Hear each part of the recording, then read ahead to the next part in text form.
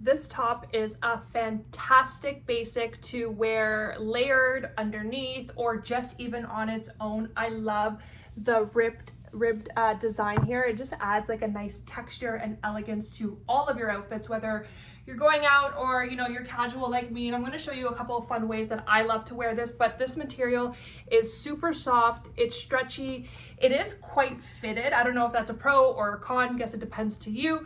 And it is a little bit on the longer side, but again, I usually just like to fold it or tuck it in and just roll up the sleeve. So I absolutely love it. It's very soft, washes very well, very comfortable, super stretchy. Again, you can wear it out on its own. And I'm going to just show you one quick thing.